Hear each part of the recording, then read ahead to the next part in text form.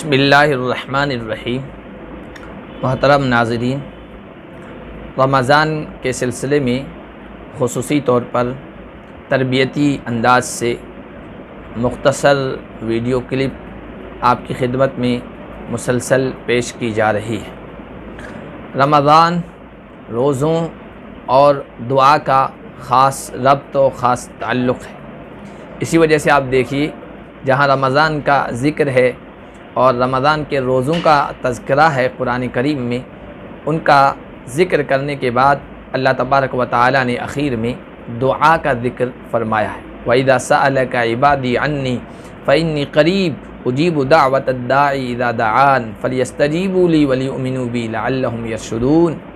जब आपसे मेरे बंदे मेरे बारे में पूछें तो आप उन्हें बता दें कि मैं बहुत करीब हूँ और मैं दुआ करने वालों की दुआ पर लब्बैक कहता हूँ, उनकी दुआ को कबूल करता हूँ जब वो मुझे पुकारते हैं और दुआ करते हैं। लिहाजा उन्हें चाहिए कि वो मुझसे दुआ करें, मुझ पर ईमान रखें, शायद उन्हें सही रास्ता मिल जाए, रुश्द व हिदायत मिल जाए।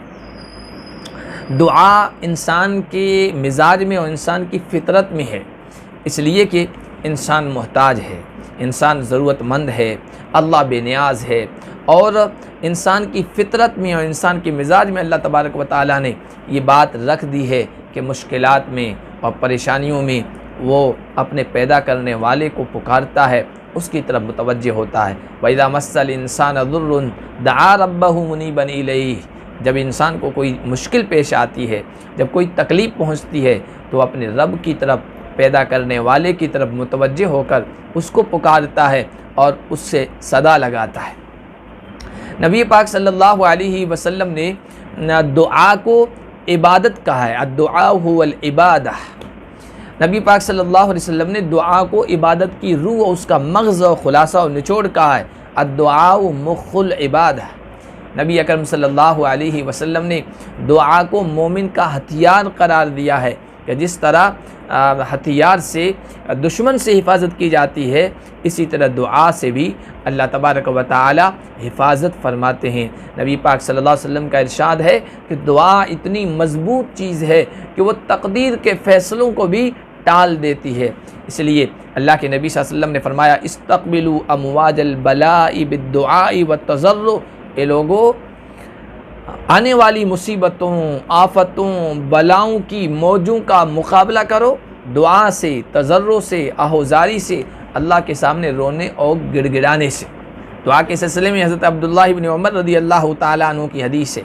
हुज़ूर ने फरमाया, जिसके लिए दुआ के दरवाज़े खोल दिए गए, उसके लिए अल्लाह की रहमत के दरवाज़े खोल दिए गए।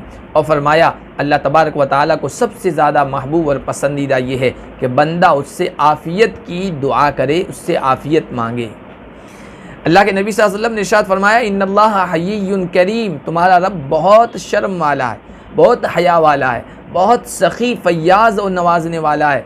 जब कोई बंदा उसके सामने हाथ फैलाता है, दुआ करता है, अल्लाह तबारक व तआला को हया आती है कि अन यरुद्दहुमा सिफ़रन खाइबतैन, कि उनको खाली वापस लौटा दे। अल्लाह तबारक व तआला चाहते हैं कि बंदा मुझसे मांगे, इसीलिए मांगने का तरीक़ा भी बताया, मांगने का सलीक़ा और अंदाज़ भी बताया। ये सूरह फातिहा क्या है? ये मांगने का सलीक़ा और अंदाज़ है जो अल्लाह तबारक व तआला ने अपने बंदों को इनायत फरमाया है। इसलिए रमज़ान के रोज़ों में और रमज़ान के महीनों में ख़ास तौर पर दुआ का एहतमाम ज़रूर करें। नबी पाक सल्लल्लाहु अलैहि वसल्लम का इरशाद, लैसा शैउन अकरम अलल्लाहि मिनद दुआ। इंसान के जितने भी अमाल हैं, अल्लाह की रहमत को और उसकी इनायत को मुतवज्जे करने में सबसे ज़्यादा दुआ का अमल दखल है। अल्लाह को सबसे ज़्यादा महबूब और उम्दा चीज़ जो है वो दुआ लगती है। अल्लाह के नबी सल्लल्लाहु अलैहि वसल्लम का इरशाद है, जो अल्लाह से मल्लम यसअलिल्लाह यग़दब अलैहि, अल्लाह से मांगता नहीं है, सवाल नहीं करता है, दुआ नहीं करता है, अल्लाह उस पर नाराज़ होते हैं। बल्कि सबसे आजिज़ और बेबस वो शख्स है जो दुआ भी न करे। अल्लाह के नबी सल्लल्लाहु अलैहि वसल्लम का इरशाद है, अअजज़ुन्नास मन अजिज़ मिनद दुआ। सबसे आजिज़ इंसान वो है जो दुआ से भी आजिज़ हो, जो हाथ उठाकर अल्लाह तबारक व तआला से मांग भी न सके। सबसे गया गुज़रा, सबसे आजिज़ व बेबस शख्स वो है। इसलिए दुआओं का ज़रूर एहतमाम करें और याद रखें कि दुआ ज़रूर कबूल होती है। कोई दुआ फ़ायदे से खाली नहीं है, नफ़ा से खाली नहीं है। उसका फ़ायदा, उसका नतीजा ज़रूर मुरतब होता है। हाँ, उसका नतीजा अलग अलग तरीक़े से ज़ाहिर होता है। अल्लाह के नबी सल्लल्लाहु अलैहि वसल्लम का इरशाद है कि बंदा जब दुआ करता है, शर्त यह है कि वो क़ते रहमी की दुआ न करे। हदीस के अल्फाज मा मिन मुस्लिमिन यदउ लैसा बिइस्मिन वला बिक़तिअति रहमिन, जो कोई भी मुसलमान दुआ करता है, शर्त यह है कि गुनाह की दुआ ना हो और क़ते रहमी रिश्तेदारी तोड़ने की दुआ ना हो। इल्ला आताहुल्लाहु इहदा सलास, मगर अल्लाह तबारक व तआला उसकी दुआ 3 सूरतों में से किसी एक सूरत में ज़रूर कबूल फरमाते हैं। उसकी दुआ की कबूल होने की 3 शक्लें हैं, 3 सूरतें हैं। 3 चीज़ों में से कोई एक चीज़ ज़रूर मिलती है।